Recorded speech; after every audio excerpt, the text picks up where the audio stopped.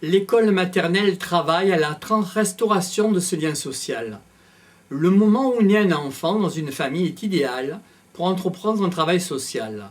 Il suffit aux éducateurs de prendre appui sur le désir que l'enfant suscite. C'est un nouveau moment et il y a réellement quelque chose qui se passe. Les parents ont des désirs pour l'enfant. Il existe une disponibilité.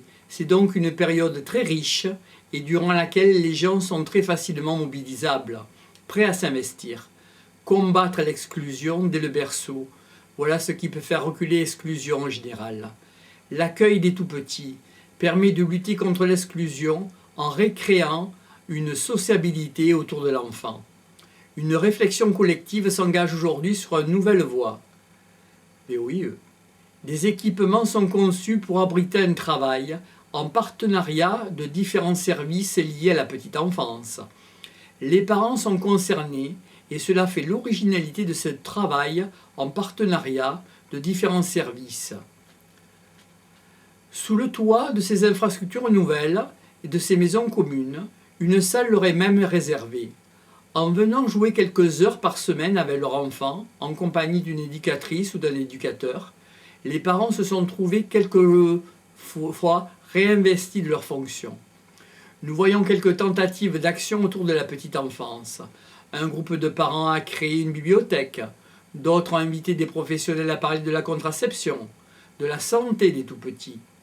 Quelques-uns ont choisi de participer à des cours d'alphabétisation pour être capables d'aider leur enfant à faire ses devoirs.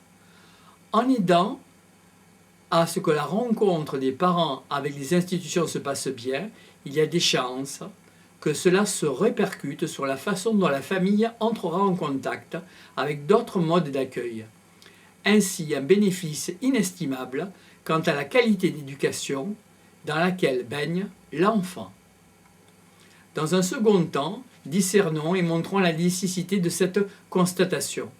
Les éducateurs, parents et enseignants, doivent aider l'enfant à donner un sens à sa vie, à avoir confiance en l'avenir. Questionnons-nous sur la méthode à suivre pour aider l'enfant. Il est préférable de s'adresser directement aux élèves pour traiter de l'art et du plaisir de s'instruire. Apprendre à apprendre. Voilà une méthode qui aiderait l'enfant, non plus de faire de sa tête une tête déjà trop pleine, mais en faire une tête bien faite. L'enseignant se doit de rééduquer le goût, de retrouver l'envie de connaître, d'entraîner l'esprit de l'enfant à apprécier la diversité des disciplines, ou à en saisir la richesse et la finesse, à savourer le plaisir de la découvrir et aussi de la transversalité entre les disciplines. Offrons un poisson à un homme, il aura de quoi se nourrir une journée, mais enseignons-lui à pêcher et il aura de quoi manger toute sa vie, dit le proverbe chinois. La méthode des maîtres joue un rôle prépondérant pour cultiver ou inhiber, hélas, le plaisir d'apprendre. Transmettre aux nouvelles générations un goût qui s'avère subjectivement irréversible, une fois qu'il est acquis. Voilà une des premières urgences, comme le souligne Massino Piatelli Palmani dans son livre « L'art et le plaisir de s'instruire ». Il serait temps de considérer dans leur globalité les matières enseignées à l'école, de comprendre qu'elles se prolongent, s'enracinent dans la réalité et ne cessent de se développer indépendamment à l'école elle-même. Pour prendre du recul et pour pouvoir avoir un autocritique sur ce que nous apprenons, cela nous permettra de comprendre l'intérêt de ce que nous faisons dans le moment présent. Nous ne pouvons pas contenter de ce qui est supposé nous être utile pour réussir un examen, mais regarder et apprécier sur ce quoi nous travaillons. Apprenons à nous connaître nous-mêmes, à identifier ce que nous ne savons et ce que nous ne savons pas, et nous prendre en charge.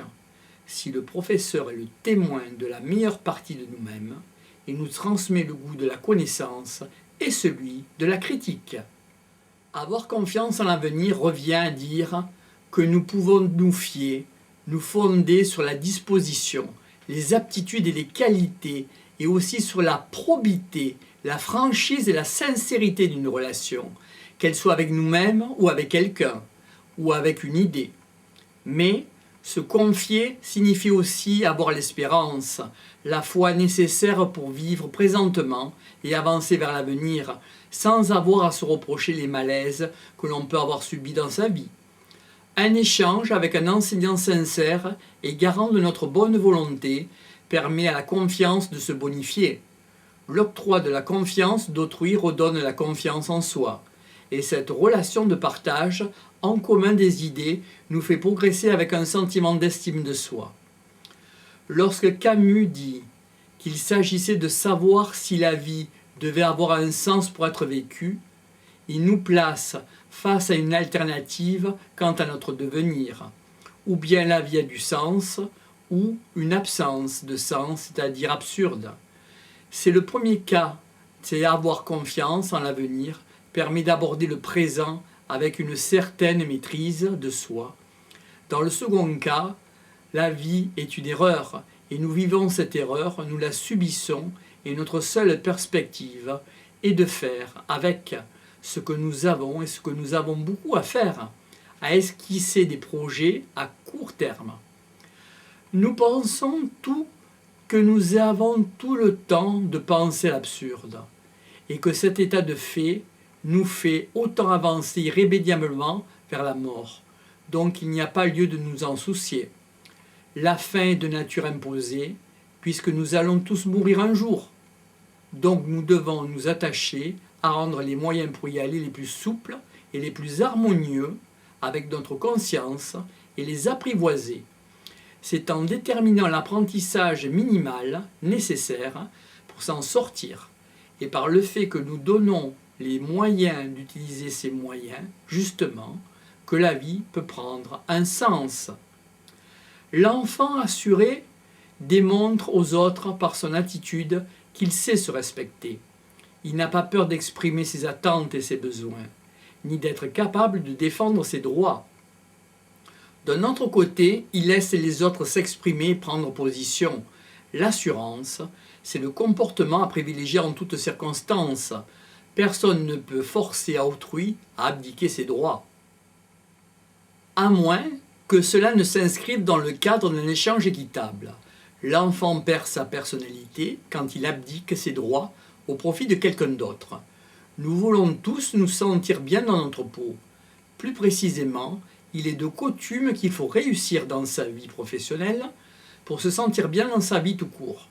Mais, sachant que l'estime de soi a des répercussions importantes sur la réussite professionnelle, donc il faut apprendre à l'enfant à avoir confiance en lui par le positivisme et l'assurance, penser qu'ils ne le quitteront pas durant toute sa vie et qui seront à même de le concilier avec le milieu dans lequel il évoluera. Être optimiste signifie aborder toujours les tâches et les idées nouvelles de façon positive. Si c'est dans la calme intérieure que nous pouvons envisager une relation avec nous-mêmes et les autres, c'est par le travail et le fait de savoir où nous allons et comment nous y allons que nous pouvons exprimer une satisfaction et une confiance en nous. Avoir de l'assurance, c'est aussi être honnête et direct, et ne jamais reculer devant la barrière. Toutefois, il est bon de connaître nos limites et de ne pas outrepasser ni d'enfreindre le cheminement d'autrui, et donc de ne pas se surestimer. Avoir confiance en l'avenir, c'est savoir gérer son énergie et savoir la canaliser dans la bonne direction, ou du moins dans la direction que nous croyons être la plus susceptible de nous rendre heureux. Voilà la tâche valorisante dont parents et enseignants devront s'acquitter lorsqu'ils apprendront à l'enfant à avoir confiance en l'avenir.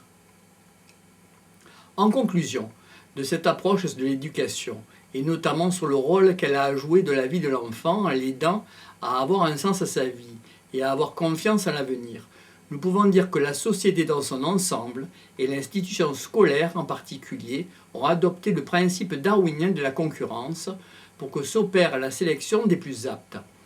Il est dommageable que nous ne fassions pas plus confiance dans les ressources de l'être humain, qu'il soit enfant ou adolescent dans le cadre de la scolarité.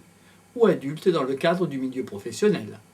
Car si nous exploitons ces ressources, sans prendre en compte cet aspect concurrentiel, nous pourrions envisager une société beaucoup plus libre de pensée, qui aspire à une véritable démocratie en prônant l'égalité et le fait que chacun puisse s'exprimer et avoir une chance de pouvoir confronter ou d'harmoniser ses idées avec celles des autres, et finalement incliner à se socialiser positivement en prenant en compte la richesse des cultures. Bien qu'il soit indéniable que croire à l'importance de la richesse personnelle de l'éducateur, celui-ci se doit partir d'un effort d'écoute et de détection des motivations de l'enfant, de se mettre à la disposition des aptitudes et du penchant de l'enfant pour aborder sa pédagogie. N'est-il pas souhaitable d'établir un enseignement d'après le souhait de l'enfant, qu'il soit implicite ou explicite, ainsi que d'adopter et de restructurer les progrès de l'éducation par rapport à un être humain? Effectivement, dans cette optique, nous devons recommencer constamment à zéro. Mais ce point de départ est soulagé et enrichi par l'apport des aspirations, des goûts, de la culture de l'enfant. N'est-ce donc pas faire preuve de confiance que l'éducation s'ingénue à transmettre, que de placer justement un brin de confiance en ce potentiel de ressources inexploitées que nous apporte avec lui l'enfant?